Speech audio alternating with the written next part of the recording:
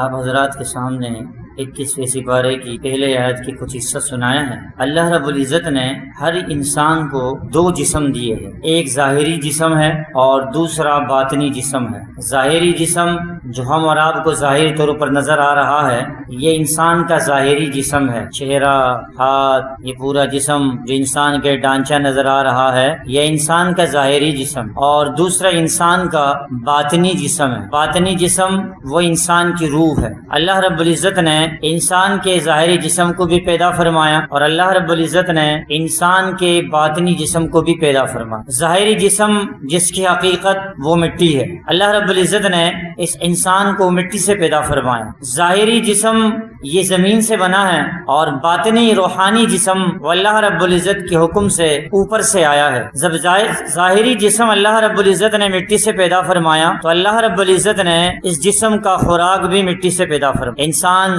دنیا کے اندر زندگی گزارتا ہے، اس کی حیات کے لیے، اس کی زندگی کے لیے یہ کھائے گا، پیے گا، مختلف قسم کی چیزیں اللہ رب العزت نے زمین سے اگا کر اس انسان کے حوالے کیے اور یہ انسان اس سے اپنے ظاہری جسم کی جتنی ضروریات ہے وہ پورے فرماتے ہیں۔ ظاہری جسم کے لیے جو مٹی سے بنا ہے اس کا خوراک بھی مٹی سے ہے، اور جو باطنی جسم ہے جس کو روح کہتے ہیں وہ اوپر سے آیا ہے تو اس کی خوراک بھی اللہ پاک نے اوپر سے بھیجی ہے۔ باطنی جسم کا خوراک کیا ہے؟ وہ اللہ رب العزت کا ذکر ہے۔ حکیم الاسلام حضرت مولانا قاری محمد طیب صاحب رحمہ اللہ تعالی نے اپنے خطبات میں ذکر کیا ہے کہ انسان کے جتنے بھی اعمال ہے شرعی طور پر جو اللہ رب العزت نے انسان کے اوپر فرض کیے ہیں، واجب کیے ہیں، سنت ہے، جو بھی عمل ہے، فرمایا وہ سارے کے سارے اعمال اللہ رب العزت کا ذکر ہے۔ گویا کہ احکام شریعہ جتنے بھی ہے، چاہے ظاہری جسم پر لاگو ہوتے ہیں چاہے باطن کے اوپر لاگو ہوتے ہیں، یہ سارے کے سارے کیا ہے؟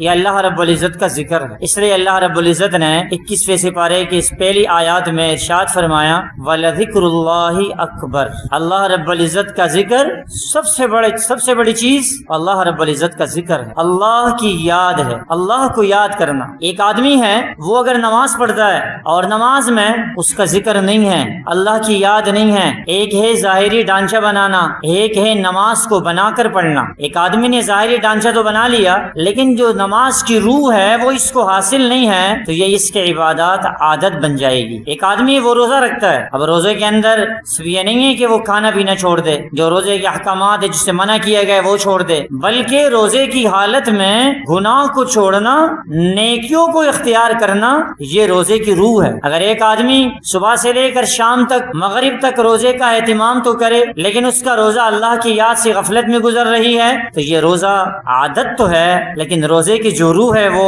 جو اللہ کا ذکر، اللہ کی یاد، جو عبادت جس کی وجہ سے بندے کے باطن اور روح کو فائدہ حاصل ہوتا ہے، وہ اس روزے سے حاصل نہیں ہوتا۔ حج ہے، حج کے اندر ایک آدمی جائے، طواف بھی کر رہا ہے، اللہ سب کی حفاظت فرمائے، بد نظری بھی کر رہا ہے، طواف بھی کر رہا ہے، غیبت بھی کر رہا ہے، جھگڑ بھی رہا ہے، حج تو اس نے کر لیا لیکن حج کی جو روح ہے، عبادت کی روح اس کو حاصل نہیں ہوئی۔ اس لیے اللہ رب العزت نے چاہے انسان کے ظاہری جسم ہے یا باطنی جسم ہے، اس کو جو اصل خوراک کی ضرورت ہے وہ خوراک اگر اس بندے کو نہیں مل رہا ہے تو یہ انسان ایسا ہے جیسے مردہ انسان پڑا ہوا ہو، اس سے ہر آدمی اس کو کوئی انسان نہیں کہتا ہے، اس کو مردہ کہا جاتا ہے، یہ مر گیا ہے، اس لیے کہ اس سے روح نکل گئی ہے، اور جس چیز سے روح نکل جاتی ہے وہ مردہ ہو جاتی ہے۔ اگر اس انسان کے جسم سے اور زندگی سے اللہ کی یاد نکل جائے، یہ انسان مردہ ہے۔ ظاہر میں تو لوگوں کو نظر آ رہا ہے، چل رہا ہے، پل رہا ہے، سب کچھ کر رہا ہے، لیکن حقیقت میں یہ آدمی اللہ سے غفلت کو اختیار کرنے کی وجہ سے یہ مرا ہوا ہے، اس کا دل مرا ہوا ہے، اس کی آنکھیں مری ہوئی ہے۔ اس لیے جس آدمی کا دل، جس آدمی کی روح اللہ کے یاد سے غافل ہو جائے تو پھر وہ آدمی کبھی نیکیوں کی طرف بڑھ نہیں سکتا۔ آج ہم کہتے ہیں نیک اعمال کی کوشش کرتا ہوں، ہوتا نہیں ہے، چاہتا ہوں میں نیک بن جاؤں، بن نہیں سکتا۔ سکتا ہوں؟ آدمی نیک بنے گا کیسے؟ اس کی روح کو قوت کیسے حاصل ہوگی؟ اس کو روحانیت کیسے ملے گی؟ جب وہ آدمی روحانی ماحول کے اندر وقت گزارے گا۔ ہر گندگی کا آدمی کے اوپر اثر ہوتا ہے۔ ایک آدمی موٹر سائیکل پہ سفر کر رہا ہو، راستے میں کوئی ایسی جگہ آ جائے جو مٹی مٹی ہو، بتاؤ اس آدمی کے چہرے پر مٹی کے اثرات نظر آتے کہ نہیں آتے؟ کیوں؟ اس لیے گرد و غبار کے اندر اس نے سفر کیا ہے۔ ایسے ہی ایک آدمی وہ اگر گناہوں کے گندگیوں کے اندر یا گناہوں والے ماحول کے اندر اپنے آپ کو چھوڑے گا، اس کی روح کو کبھی چمک حاصل نہیں ہو سکتی۔ اس کی روح کے اوپر ہمیشہ گرد و غبار لگا رہے گا، اور اس گرد و غبار کا اثر